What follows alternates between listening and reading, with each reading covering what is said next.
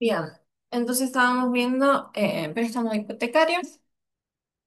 Eh, el capital, esto que decíamos que puede ser que sea superior a los préstamos sin garantía, que permite pagar gran parte del valor del inmueble, en torno a un 70%, aunque algunos bancos financian hasta el 100%, ¿sí? Entonces decíamos esto que también en épocas donde hubo ciertos préstamos hipotecarios en los que, bueno, había inflación y si uno lo utilizaba para con la construcción, podían aumentar estos costos de construcción y también no llegar ni al 70%, ¿sí?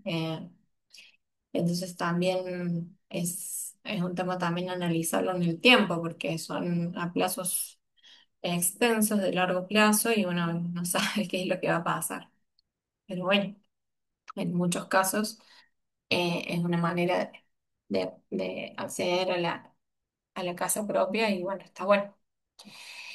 Em, Bien. Préstamos prendarios, sí, el banco presta dinero a personas, negocios, empresas para que puedan adquirir algún bien mueble necesario para sus actividades, sí. Los préstamos prendarios se usan más para negocios, para empresas, más para personas jurídicas. También obviamente se usa para personas físicas, como para comprar automóviles. Eh, y se puede hacer para comprar maquinaria, ganado, materias primas, ¿sí? Las condiciones del préstamo dependen del bien y de las circunstancias particulares de la persona o entidad prestataria. El bien o los bienes muebles adquiridos con el préstamo sirven como prenda, ¿sí? Como garantía de la devolución, ¿sí? Entonces, en la hipoteca, el bien inmueble es el que está como garantía y en el préstamo prendario es el bien adquirido el que está como garantía. Eh, si la persona no paga, eh, se embarga, ¿sí? Se vende el bien y se cancela la deuda. Eh, el banco se queda con la propiedad de los bienes, ¿sí? Bien, otro préstamo muy común, sí, que como que capaz que uno no lo toma como préstamo, pero es un préstamo, que es el acuerdo en descubierto, sí, que es directamente cuando tenés una cuenta corriente y quedas en rojo. Es un préstamo a muy corto plazo para titulares de cuentas corrientes, también se llama sobregiro en cuenta corriente, giro en descubierto. En el caso de que el cliente no tenga fondos suficientes en su cuenta para hacer frente a sus obligaciones de pago inmediata, por ejemplo, los servicios que se pagan por débito automático, el banco pone a disposición un monto adicional, ¿sí?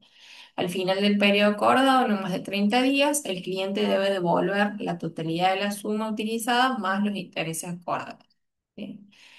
En este caso, las tasas de interés por descubierto en cuenta corriente son elevadas, son más elevadas que en otros tipos de préstamos, ¿sí? Y el capital, el monto máximo del descubierto que permite el banco a cada cliente depende de sus ingresos, ¿sí? O sea, es que el movimiento que tiene en la cuenta corriente va a depender cuánto le den de descubiertos. Se puede demostrar frente al recibo de sueldos si es el empleado en relación de dependencia o facturas emitidas si es responsable inscripto o monotributista. La existencia de otras deudas y su historial como deudor, ¿sí? Es como un análisis, como lo mismo que hacen para las tarjetas de crédito y determinar el límite. También el giro descubierto también tiene un análisis del cliente para determinar qué monto tiene disponible la persona, ¿sí? Y bueno, y no se recomienda. Bien, entonces acá tenemos como una eh, tablita comparativa, ¿sí? Los préstamos personal, hipotecario, descubierto y prebendario, ¿sí? ¿Quiénes son los prestatarios? En general son personas físicas y los prebendarios ya empresas, personas jurídicas, ¿sí? La finalidad En los personales, como decíamos, no tienen una finalidad definida, los hipotecarios para compra de vivienda, los acuerdos en descubiertos, en general es la operatividad comercial de la cuenta, y los prendarios para comprar bienes muebles. ¿Sí? El plazo, los personales tienen un plazo de devolución de corto y mediano plazo, los hipotecarios de largo plazo, los de descubiertos al mes, se lo tenés que volver a pagar, a devolver, y los prendarios de mediano a largo plazo. ¿Sí? Las garantías, los personales no tienen garantías, en general, los hipotecarios el bien inmueble, los acuerdos descubiertos no tienen, solo los ingresos de la persona, y los prendarios el bien mueble adquirido. Los intereses, los personales tienen tasas elevadas, los hipotecarios tienen tasas más ajustadas, más bajas, los de descubierto tasas elevadas y los prendarios van a depender de qué bien estás comprando. ¿Sí? También hay algunos, en los prendarios hay veces, creo que hoy había algunos préstamos prendarios para emprendedores, no sé si para emprendedores, porque no sé si era ya para responsables inscriptos, ya que tengan facturación más alta, pero para comprar así maquinaria o rodados más de eh, utilitarios, había buenos préstamos prendarios hoy en día, me parece. Eso también va variando y hay que ir a estar atento a las oportunidades. ¿Sí? Los montos, según la necesidad, bueno, en realidad los personales del consumo, no sé si es aún la necesidad porque en general también tienen un monto máximo, ¿sí? Y no son montos muy elevados. El hipotecario, como decíamos, entre el 70 y el 100 del valor del inmueble. El acuerdo en descubierto es poco, ¿sí? Depende de la operatividad de la cuenta. Y los prendarios también, según el bien adquirido, la finalidad que se tenga. Bien, entonces vamos a ver qué costos tienen los préstamos, ¿sí? El costo financiero total que decíamos al inicio que hay que revisar. Sea cual sea el tipo de préstamo, personal, hipotecario, prendario descubierto, el prestatario no solo tiene que devolver la cantidad recibida, sino un monto adicional como precio para acceder a la financiación, que se llama costo financiero total. ¿Sí? Los componentes del costo financiero total son todos los gastos asociados a la concesión y devolución del préstamo, que tiene que pagar el prestatario.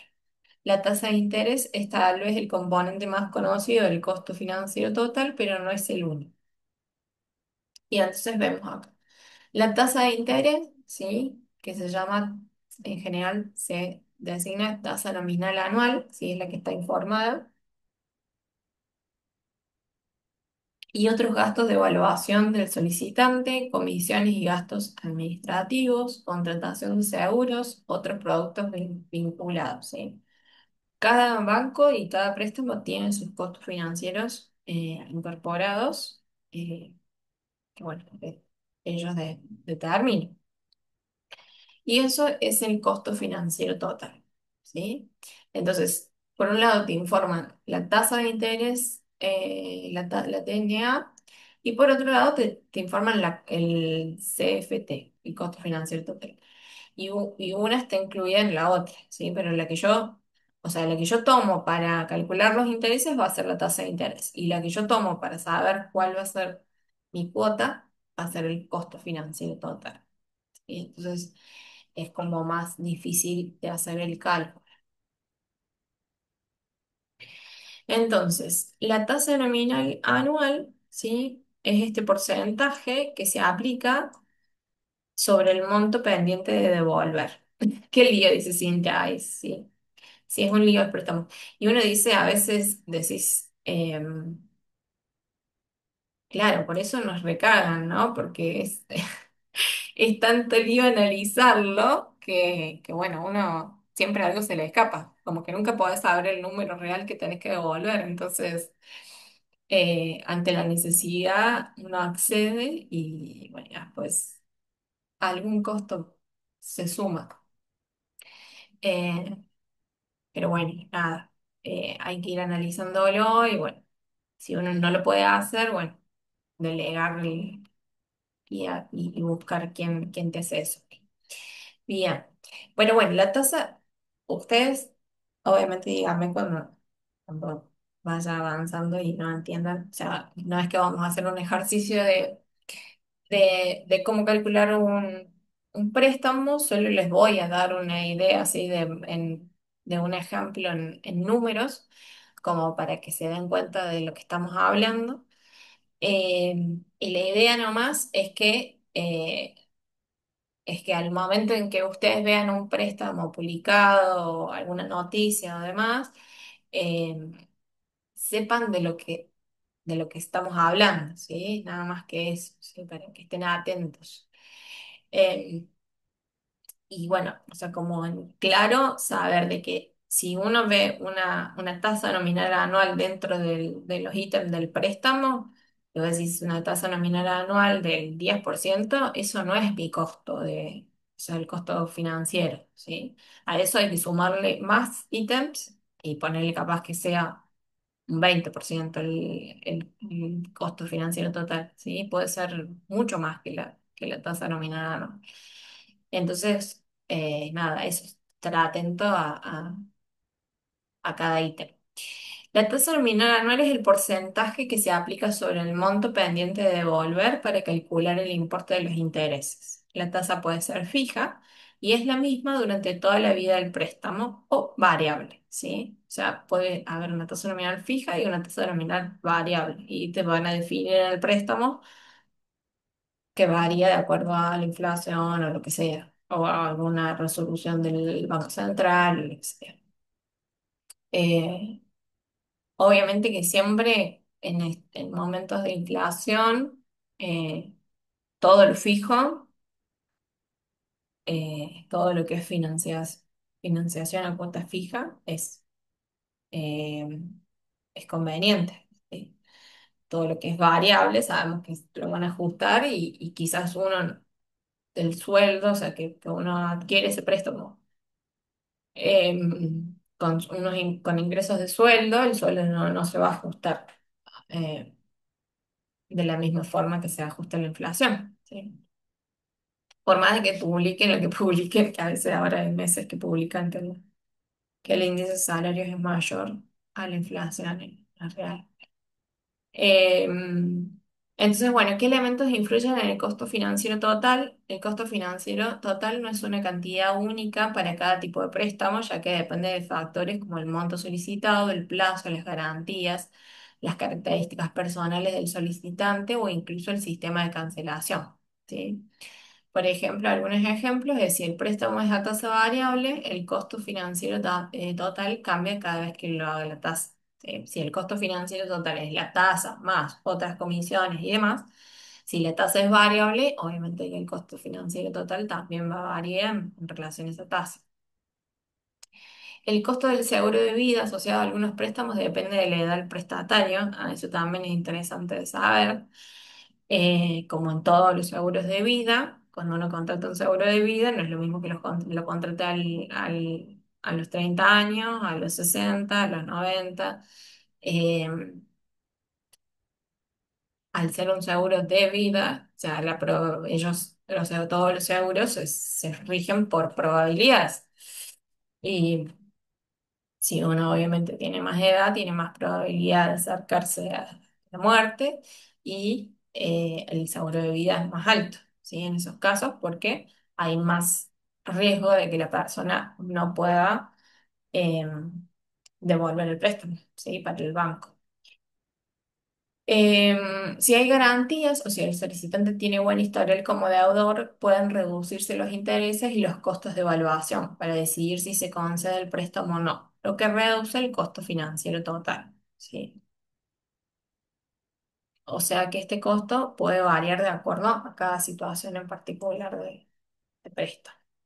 Bien, entonces, ¿cómo se cancelan los préstamos? ¿Sí?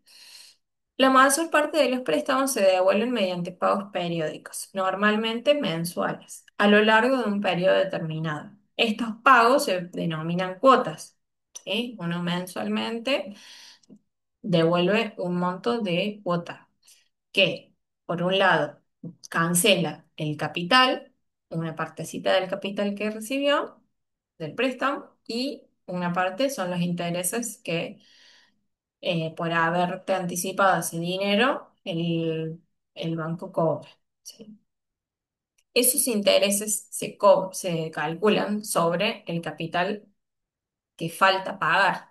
¿Sí? Eh, entonces, ¿cómo se calculan el importe de estas cuotas? Los dos sistemas más habituales son cuota decreciente, que es el sistema alemán, y de cuota fija, que es el sistema francés. Sí, en general, el más común en los préstamos es el sistema francés. A nivel también informativo, como para que sepan cómo funciona nomás, no es necesario que sepan cómo se calcula. El sistema alemán es de cuota decreciente, ¿sí? La cuota uno es más alta y la cuota final va a ser más bajita, ¿sí? La parte azul es la que del capital y la parte naranja es la del interés. Entonces vemos que mientras vamos cancelando más cuotas, nuestro interés va siendo más chico. Entonces cancelamos igual cantidad de capital y va reduciendo la cantidad del interés. Entonces se reduce la cuota. ¿Sí? ¿Por qué se reduce el interés? Porque el interés se va calculando con el saldo del préstamo. Y al estar saldando en cada cuota una parte del capital, va disminuyendo el interés. ¿Sí? Entonces las cuotas son mayores al principio y disminuyen a lo largo del tiempo. Cada mes se amortiza el mismo monto de capital, la cantidad total prestada dividida entre el número de meses, y las cuotas se decrecen porque cada vez se pagan menos intereses. En conjunto se pagan menos intereses que en el sistema francés porque se amortiza más capital desde el principio. ¿Sí? En cambio, en el sistema francés las cuotas permanecen fijas, ¿sí? Pero vemos que el interés al inicio es más grande y la cancelación del capital es aumenta, es más chica al principio y va aumentando al final.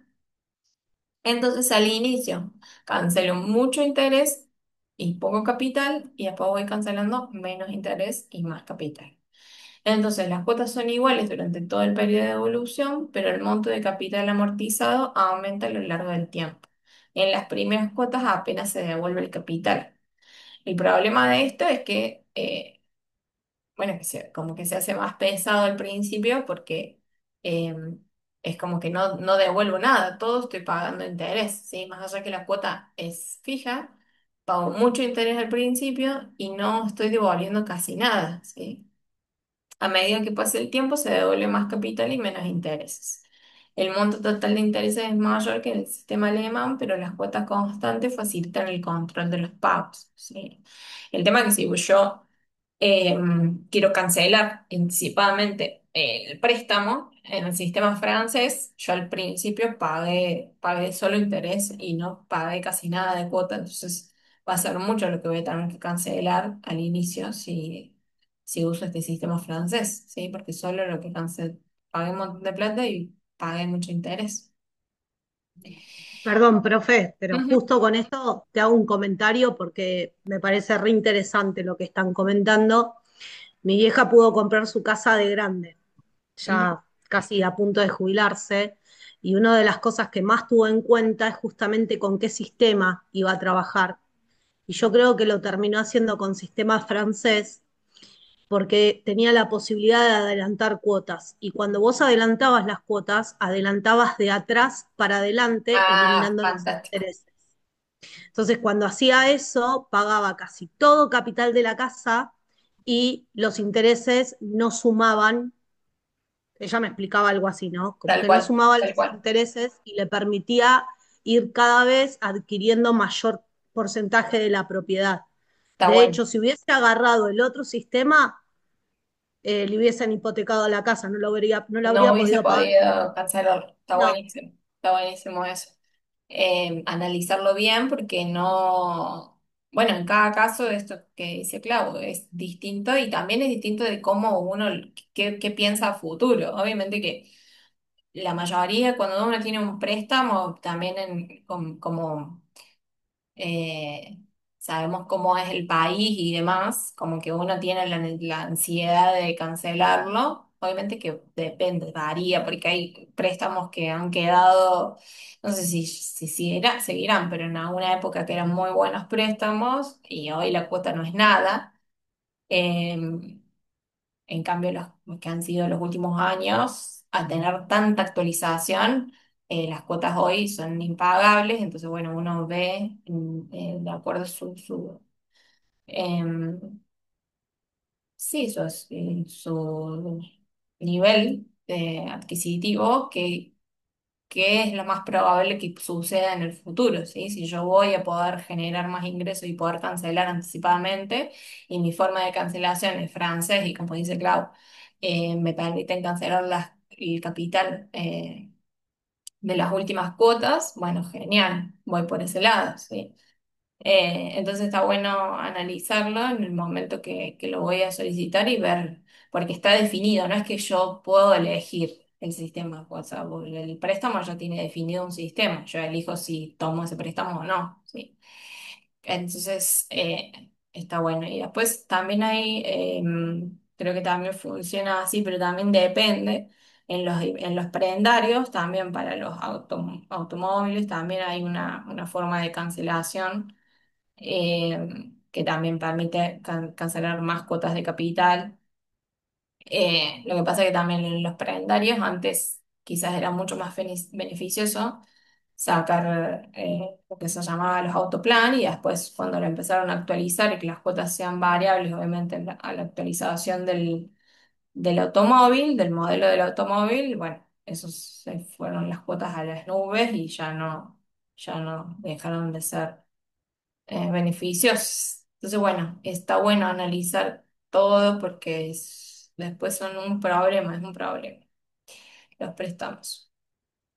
Bien, entonces como resumen, para así decirlo, anótenselo, véanlo, consulten el monto del préstamo, la tasa de interés nominal anual, ¿sí? Que es distinta también. Acá Cintia me dice si lo lío hasta ahora. Más va a ser en esta aclaración. La tasa nominal anual es la que se cobra por el capital prestado por el año, ¿sí? Es como el plazo de tiempo que ellos definen como de parámetros, ¿sí? La del año. Pero en realidad nosotros usamos o sea, nosotros tenemos que pagar una cuota mensual en general. Entonces, no usamos la tasa nominal anual, ¿sí? Lo usamos es la tasa de interés efectiva mensual. Ahí ahí puse tasa efectiva anual, pero la que yo uso es la efectiva mensual, ¿sí?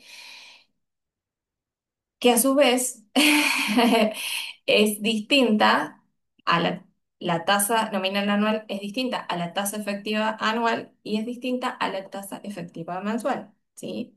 Yo no voy a meterme en ese tema, no me voy a poner a explicar cosas con fórmulas, pero bueno, si uno quiere saber, entras a internet, buscas calculadora de tasas, algo así, y pones la tasa nominal anual y te sale la tasa efectiva anual y la tasa efectiva mensual, para tener un parámetro más real del interés que pago mensualmente, ¿sí?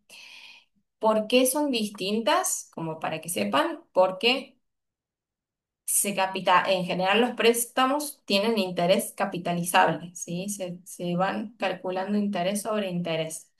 Entonces, la tasa efectiva en general es más alta que la tasa nominal, ¿sí? Eh, entonces, a veces uno se marea también con eso, porque ves una tasa nominal anual y dices, ah, sí, un 10 un 20 eso no, y termina siendo mucho más alta que eso. Entonces, hay que analizarlo bien y cosas. Y a su vez está el costo financiero total que es la tasa de interés más las comisiones más los seguros, ¿sí? Y el plazo de devolución es el tiempo que debo devolver el préstamo, ¿sí? Y a su vez, dentro del plazo voy a saber cuál es el sistema de amortización, o sea, cómo se van cancelando esas cuotas, ¿sí? Vamos a ver como un ejemplito para que ustedes vean. Eso también, por ejemplo, el cálculo de las cuotas, también uno entra a internet y buscas calculadoras, creo que hasta en los... Lo que pasa es que cuando entras a los bancos, em, y decís, bueno, entrás y solicitas préstamo y bueno, decidís, no sé, préstamo personal y pones el monto y haces el cálculo, te salen las tasas y todo, pero no te hacen como un detalle así como le estoy mostrando yo, porque a veces, y más hoy en día, es como que se usan estas tasas ahora variables, entonces no hay forma que ellos te hagan em, te hagan un detalle, porque no se sabe cómo va a ser la cuota, ¿sí? Pero bueno, si uno quiere, entre en internet y también hay calculadores de préstamo y podemos poner estos qué sistema de amortización se usa, pongo el monto, pues pongo la tasa y directamente, automáticamente, por fórmula, me calcula la tasa efectiva. eh, lo más difícil a veces es calcular el costo financiero, porque voy a tener que calcular el costo sobre cada cuota. Em, pero bueno, yo les hice así un ejemplito como para que tengan una idea de qué está pasando hoy. Por ejemplo, un préstamo que se amortiza con el sistema francés. Un préstamo de 6 millones, ¿sí? A una tasa nominal del 76%, ¿sí? Y por un plazo de 24 meses. La tasa efectiva anual, ¿sí? Sobre la tasa nominal anual es del 108%. ¿Sí? Esto que yo les decía, que una cosa es la tasa nominal anual y otra es la efectiva anual, que en general es mucho más alta porque se capitalizan los intereses, ¿sí? Que eso no significa, como tiene una forma de amortización, em, que eso no significa que yo divida los 6 millones por los 24 meses y a eso le aplique el 108%, ¿sí? Para saber cuánto, no funciona así, es como más complejo hacer el cálculo. Por eso es que están estas calculadoras que hacen la fórmula más rápida.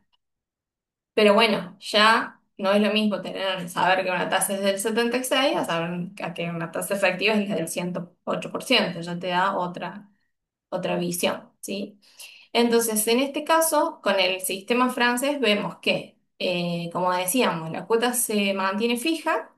Al inicio, lo que se amortiza de capital es más bajo y al final se amortiza más. Y al inicio el interés es más alto y al final el interés es mucho más bajo, ¿sí? Y la cuota se termina siendo fija hasta el plazo total. Entonces, por ejemplo, en este caso, lo que nosotros estamos calculando, lo que nos calcula eh, esta planilla, es la cuota con la tasa efectiva del 108%, ¿sí? A su vez a esto hay que sumarle las comisiones, el IVA, los seguros, ¿sí? Que es este costo financiero total del 142%. O sea que terminamos pagando de una cuota de 489 que solamente cubre los intereses, una cuota de aproximadamente 550.000 pesos, ¿sí? O sea que al final del préstamo yo devuelvo los 6 millones más 7.250.000, o sea, 13.250.000 a una tasa del 108%, ¿sí? Es que el cálculo no da si uno dice es un 108% más, em, tiene otra forma de hacer el cálculo por el sistema en cómo se amortiza. Em, pero bueno, vean que cómo es de complejo la forma, que bueno, que uno no puede respetar los porcentajes como vienen, ¿sí? Tiene toda una forma de calcular que hay que analizarlo bien. ¿Sí? Y como les decía, más aún porque ahí yo estoy tomando como que la tasa esta es fija, pero en muchos casos hoy la tasa está siendo variable, o sea que se va ajustando de acuerdo a la inflación. Entonces las cuotas también se ajustan, ¿sí? Así que es un lío. Bien.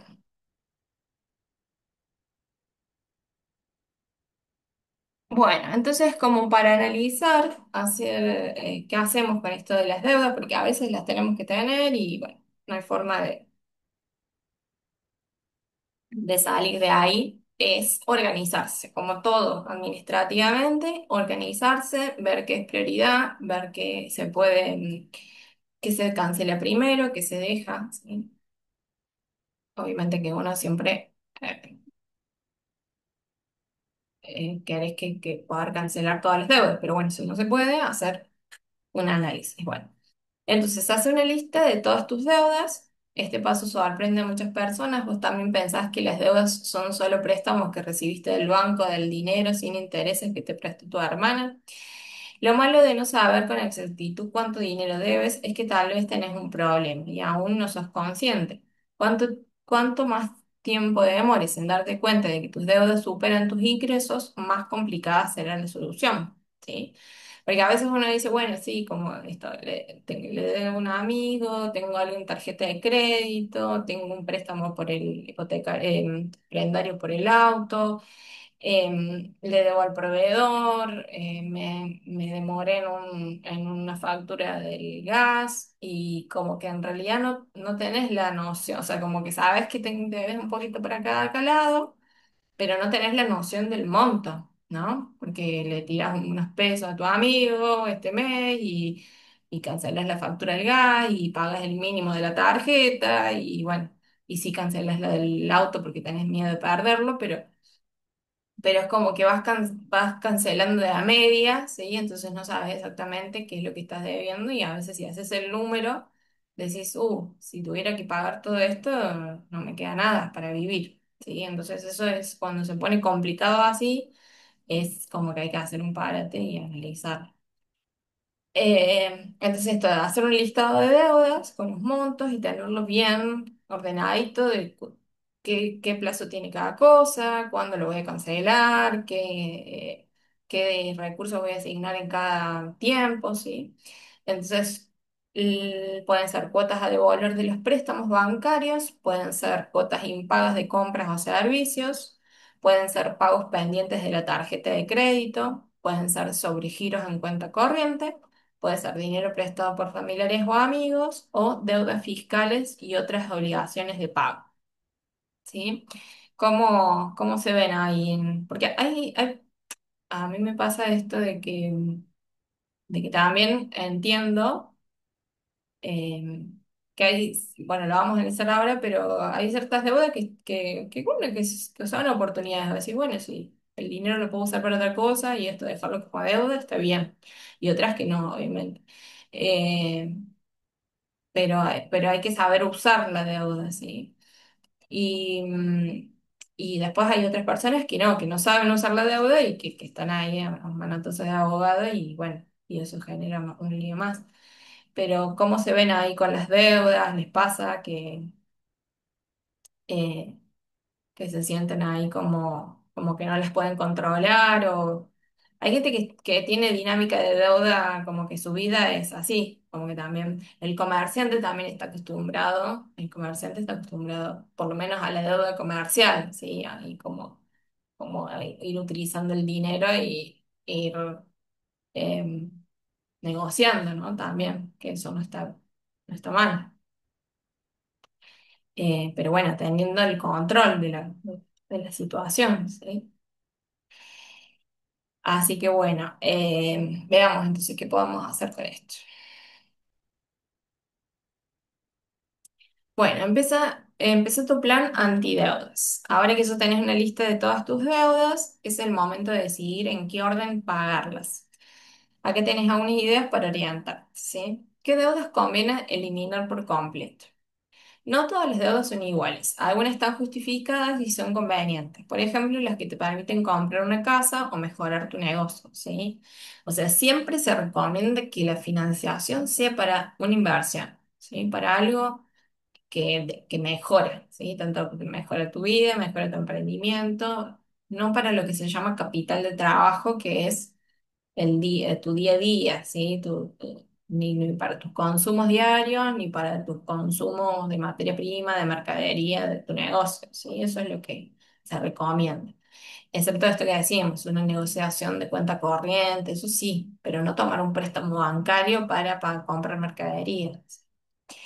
El objetivo de tu plan antideudas es eliminar por completo las deudas innecesarias, las que son tan malas que puedan impedirte incluso cumplir con las cuotas de las deudas buenas, ¿sí? Empezar cancelando las deudas vitales, ¿sí? O sea, las que te pueden llevar a perder la vivienda o tu auto, lo que sea, el alquiler, la hipoteca, o hacer que te corten los servicios básicos, ¿sí? El agua, gas, electricidad. El tema con el gas es que te cortan el gas y hacer toda la instalación, volver a solicitar el alta, por así decirlo, a veces te cobran toda la certificación de nuevo, es como, te sale más plata de lo que te cuesta la factura. Entonces, ser muy metódicos con eso y no demorarse en eso. Y además se lo hacen como en un mes de que no, un mes que no pagaste y te cortan, no les importa nada. Entonces, bueno. Devuelve primero las deudas con intereses más altos, ¿sí? Normalmente son las de tarjetas de crédito, ¿sí? Y préstamos personales para el consumo, lo que dijimos al principio. Como los intereses hacen crecer tu deuda, incluso aunque vos dejes de gastar, te conviene deshacerte lo antes posible de las deudas con mayor interés, ¿sí? Mantener la motivación. La motivación es un factor importante para eliminar deudas. Por eso, algunos expertos sugieren el método de bola de nieve, que consiste en eliminar primero la deuda más pequeña en lugar de la más cara para sentir que estás avanzando. Elegir el sistema que mejor funcione para vos, ¿sí? Evita el pago mínimo de la tarjeta de crédito. Esto es súper importante. Si renunciar a la tarjeta de crédito te parece imposible, al menos cambia la forma en que pagas las cuotas. Lo mejor para reducir de verdad tus deudas es cancelar cada mes lo que gastaste el mes anterior. Así no añadirás intereses a tus deudas. Porque si eliges el pago mínimo mensual, en realidad estás pagando intereses